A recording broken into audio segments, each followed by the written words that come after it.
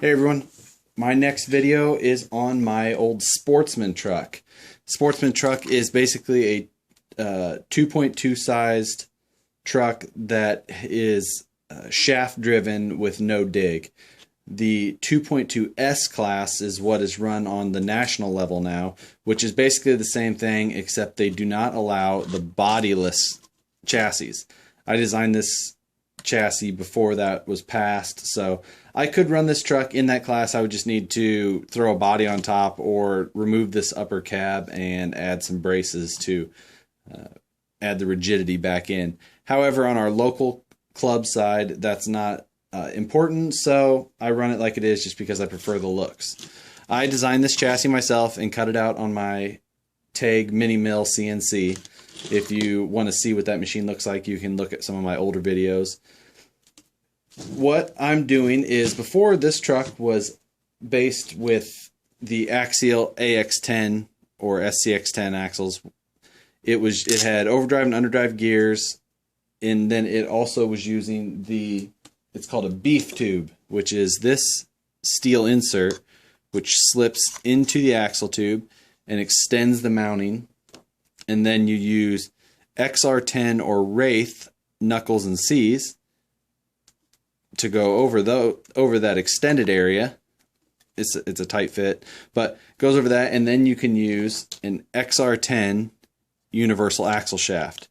These are a fairly inexpensive shaft that get a lot of steering and are very strong.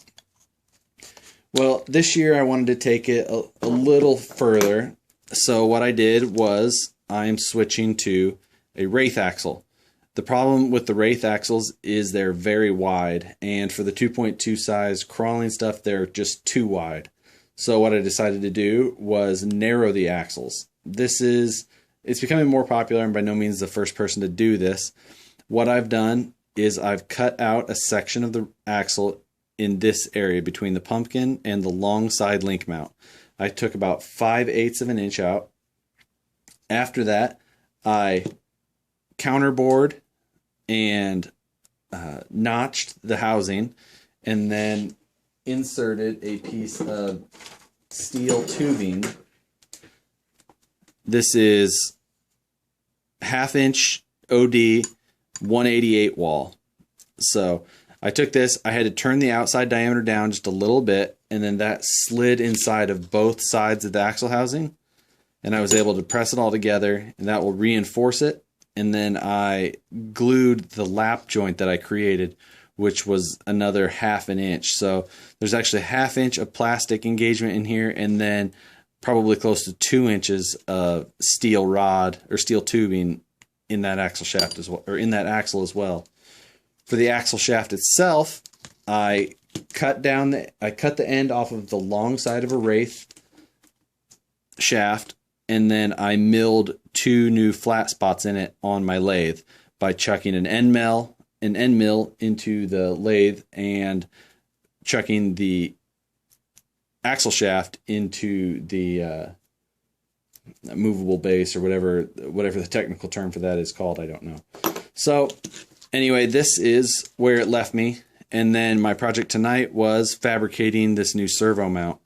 It was basically made from a couple of pieces of angle aluminum and sheet aluminum that I just cut and fit to allow my servo to sit further down on the axle. I did end up notching a section out. It's this section that sits in here where this screw up top is. I just cut along the pumpkin and flat there to allow myself to slide the servo as close to the pumpkin as possible. So this was my outcome. It'll actually work out pretty well. I've got the Vanquish knuckles and C's on here. These are the Wraith knuckles rather than an XR10 knuckle. It allows me to get that nice high mounting point in the back without having the extra arms. So I should get a great amount of steering out of these. I still do need to work out my linkage for my drag link and tie rod. That'll come next.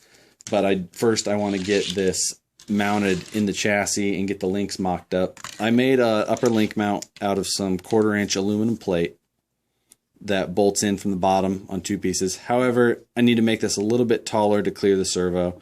an oversight in my initial planning. I didn't put a ton of forethought into this, just kind of was fabricating as I go.